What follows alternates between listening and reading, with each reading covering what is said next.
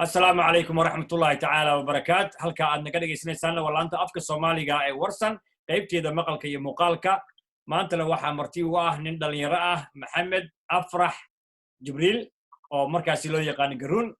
أو عاد وضع قرن إنسان ضد كرير فيلا طبعا اسكندنافيا قدام بسيبي عنه يقان يقول بقارة أوروبا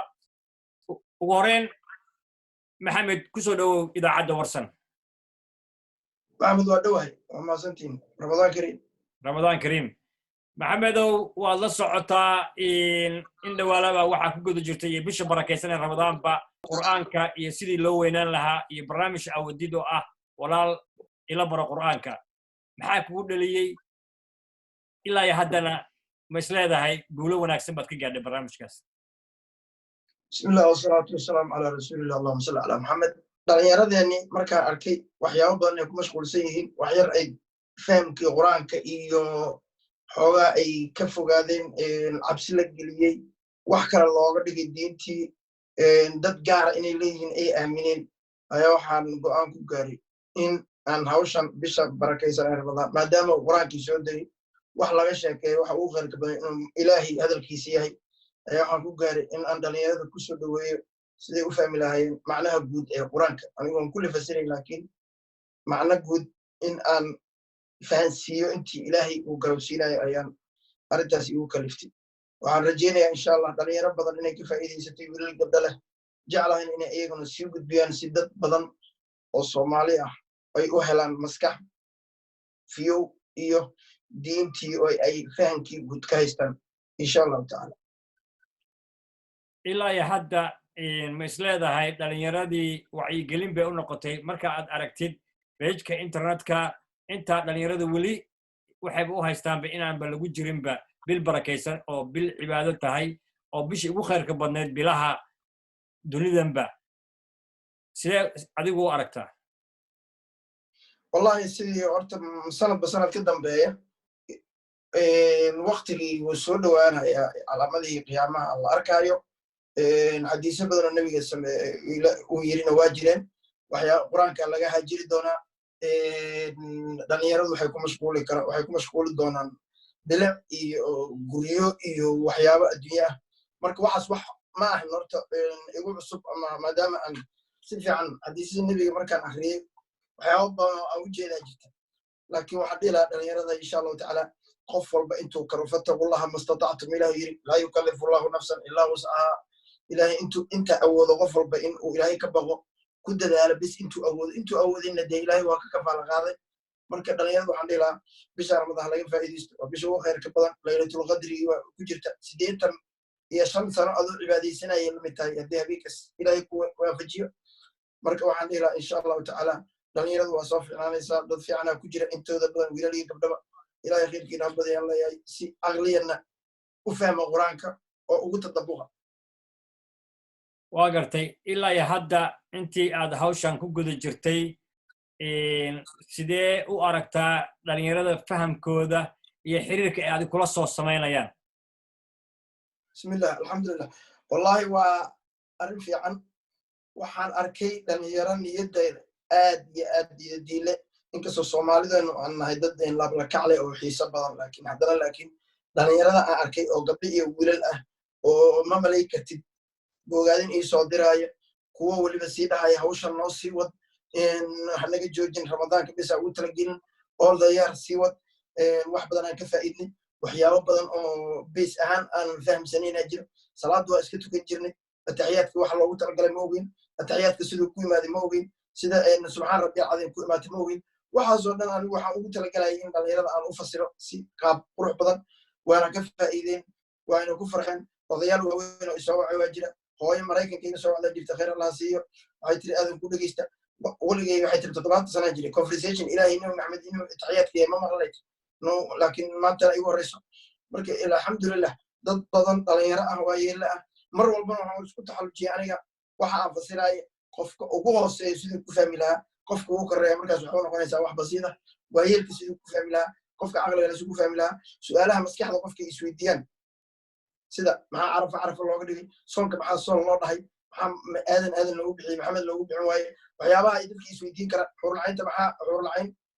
jannada wiilasha loo siiyey naagaha loo siin waayey gabdhaha maxaasa waxaasoo dhan ay su-aalaha isweydiin karaan ayaa anigu isweydiin jiray markaan bartayna jeclaaday inaan dadka u sheego casharadeediina ku jiraan wixii ka faa'iidaysanaya meeshaasana kusoo bandhigay maxamed dad badan oo ku yaqaana nin dhalinyaro ah oo active ah ayay ku yaqaanin haddana waxay yidhaahdaan haddana dhanka kale markii haddana dacwadan iyo hawshan awadi ay arkaan maxamed turub badana maxamed waa noocee bal maxaad isdhihi lahayd adiga guran ahaan wallahi alxamdulilah kolley qofka bini aadamka ah ilaahay qof walba siba u abuuray alxamdulilah waalidkii ilaahay mataqaana jannadii firdowsa ka waraabiyo dembigoodii iyo waalidiinteennaba allah dhaafo way ugu soo dadaaleen marka bayskan horta mar hore aan ka dhisnaa dadka aan gadaal iska barannay waxaa dhici karta inaan si kale isku baranno ama kubada aan isku baranno ama fadhiga kaleba aan isku baranno ama howlo badan aan isku baranno ama mataqaana safarra aan isku baranno ma fahat ama inkastoo iska safar badnaa iska kubadda ciyaari jira mar qofka ma fahmi kartid ilaa 3 arrin waxaa la dhahaa hadda qofka muslimka ah muslimadaas maxaa lagu fahmi karaa masaajida aadaa waa tukataa qofka mu'minka ah see lagu fahmi karaa calaamadda uu leeyahay maxay qofka mu'minka ah 3 arrin lagu fahmi karaa si kaloo lagu fahmi kara male kow qofka kula safra 3 qof laga weydiinaya 3daas qof hadday dhahaan qofkan waa okay mu'minnimadaada waa sax qofka kula safra iyo qofka kula nool oo businesska kugula jira ama deriskaaga ah inta badan waxaa lahaa deriskaaga iyo qofka kula safra iyo xaaskaaga haddaa weydiiso sida aan hadda ahay aa ii taqaanid haddaa ii aqoon lahayd ma ii gursan lahayd hadday ku dhahdo mu'min fiicanaa tahay waxyaabaha inkastoo aan dhahaya isku weydiinina saacaddan waa waxa dhici karta in bax la galay laakiin insha allahu tacaala marka waxaa ka wadaa qofka sida aan ku barato ma ahane waa inaad raacdaa anigu dadka yaqaana inta yar waa dadka ila safra ama dadka aan deriska nahay ama dadka aan gurigayga ee la joogo ama mar walba aan isla joogo inta badan inta kale laakiin waxay ii yaqaanaan qof marna baroon dheela qof safar badan qof mar wadamada qaar tago oo howlo kale ku jira marka insha allahu tacaala anigu waxaan ahay qofkaan hadda aan taqaanana sidaan u ahaa qofka kalena waan ahay muhiim waxa ah laakiin in dadku afkaaga ka nabad galaan adiguna aad nabadgeliso wixii ilaahay ku baran aad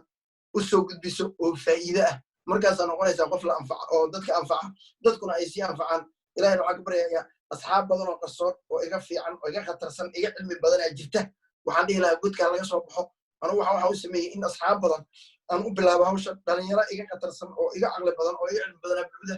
waxaan dhihi lahaa dadka qof walba sida wax ugu faa'iideyn karto ugu faa'iidey si adduunyada aakhira markii loo tago su-aasha lagu weydiiyo ilaahay weydiin doonaa dadka ahlu cilmiga ah maxaa diinteedii ka qabateen aniga ilaahu allahuma hal ballaqtu fashhad nebi maxamed xaajatul wadaac wuxuu yidhi maxaad dhihi doontaan aakhira haddii la tago waxay dhaheen ballaqta risaala wa addaynta alamaana ونصح الأمة وكشفت الأمة مركاني أنا إن شاء الله أنت أودان إلهي دينتي سوى اسكت بدي دونا إذا كانوا يدي دونا مركان كلا تجينه معاد إن شاء الله تعالى ساسا يجينها هذه ما سنتهي محمد ضلك الصومالي حكوسو برتي markii dambana dalka Syria timid waxbarashadii oo dhan ku soo gabagabaysatay kadibna wadamada Scandinavia timid wali cilmigii ma joojisay mise wali waad wadaysaa baad isleedahay wali waa wadaa suuriya kuliyadda siyaasaddan baranayay haddana laakiin diiniyanta ilaahay wax igu soo abuuray ama aan aad waagan yaraaba u jeclaayahay maka waa tegey culamo badan oo maka tujisa iyo madiina masaajidada tujisa waa ag fadhiistay casharadooda waa dhegaystay waa ag fadhi jiray ilaa bil iyo wax saasa kutubadoodii waa soo qaatay waxyaabo badan waa ka sameeyey laakiin insha allahu tacaala wali aniga sheekhna ma ahi macalinna ma ahi weli ardayaan ahay waxaan jeclahay in aan hawshan ay noqoto mid insha allah sii socoto wamaa uutiitu min alcilmi ilaa qaliilan ilaah yiri waxa ladii siiyey cilmiga waa wax yar marka insha allahu tacaala waa wadaa welina waa wadaa waana wadi doonaa waxaan ka istaagay maaha welina macalin mana gaarin arday baan ahay aad iyo aad baa mahadsan tahay dhalinyaradii waddanka Finland ee aad ogeyd maxaad maanta mid iyo laba oran lahayd iyo guud ahaanba bulshada Soomaaliyeed ee caalamka dhan ku nool waxaan dhihi lahaa nin walba oo dhalinyaro ah kow ikhlaas la imo wax walba aad samaynaysa ilaahay dartii u samee marka aad samaynayso wanaag wax walba oo wanaaga gudaha ilaahay dartiisa ka ahaato dhib walba aad la kulantana u samar la'aanu ilaahay dartiisa u samaysay midda saddexaadna waxaan dhihi lahaa wixii waalidkood nool yahay waalidka ku ducaystaan wixii waalidkood dhintana sadaqooyin ha u bixiyaan ummaddana wixii anfacaya aa aragto u samey adigoon cidna weji ka samaysanaynin sadaqada markaa bixinaysaan TV dad badan Soomaali u aragnay wax badan oo dadka lagu qanciyo qofkii wax dhiibtay in la tuso iyo waxaan dhiraa Soomaalida ha ka waantoobaan sheekadan qofka bini'aadamka markii wax la siinayo hooyo guri loo sameynayo ama hooyo afur la geenayo laga soo duubayo kaamarada anigu ma aqaano dadku wanaagay ka tahay laakiin waxaan dhiraa sadaqada ha la qariyo baashi yaa la fogeynin qofka wax loo dhiibayna lagu ammaaneeyo hana laga rajeeyo qofkaas inuu yahay qof waxay khayrka ah gudbinayo leanno subaxu usoo kacay inuu dadkaas u shaqeeyo yaa la sii tuumin qofka yaa tuug laga dhigin hadduu wixii gudbinaya la soo duubino qofkii yaa la soo duuba yaa la dhihin ilaahay dartii wax loo bixiyo qof walba wanaagga aad samaynayso dhinacaaga ka samee wanaag waa badan yahay maaha quraan la akhriyey iyo nabi maxamed siiradiisoo la akhriya bis waa waxa ugu qaalisan labadaas laakiin wax walba hooyadaa wacdo walaalaha warximkaa samayso sadaqa maanta aad bixiso dadaa wax u sheegto qof wax kulligood waa wanaag marka jidka aad wax ka qaadaa wanaaga marka waxaan dhihi lahaa qof walba dhinacaaga wax ka qabo qalbigeena isku furno qof walba qofka wadada u hayo u duceey qof walba ilaah maalin ku xantay ilaahay dartiisu cafi waa insha allah qalbiyadeena waa isku toodudmayaan waa culummadiina u duceeya oo ha farfaraynina oo ha kala taageerina waa waradatul ambiya culummadana ilaahay waxaa uga baryaynaa in khayrkooda ayna soo waafajiyo madaxdiina u duceeya dowladihiina u duceeya ilaahayna qalbigeena insha allah isku duugi doonaa saas ayaana insha allah dhihi lahaa dhalinyarada aad iyo aad baad maxamed afrax u mahadsan tahay asalaamu calaykum maxamed muuse aad ku salaamnaa inta ayaana kusoo gabagabanaynaa aad iyo aad baan kaaga mahad celinayaa barnaamijka aad igala qayb gashay maanta oo barnaamijka dhegeyso dhuuxna intaas ayaana kusoo gabagabanaynaa maantana waxaa igala qayb gelaya al-ustaad maxamed afrax oo aad u taqaanaan garuun oo intaa ayaana kusoo gabagabaynaa tan iyo kulanteen dambe waa maxamed muuse dhammaantiin madile sidaasii nabadgelyo wassalaamu calaykum waraxmatullahi tacaala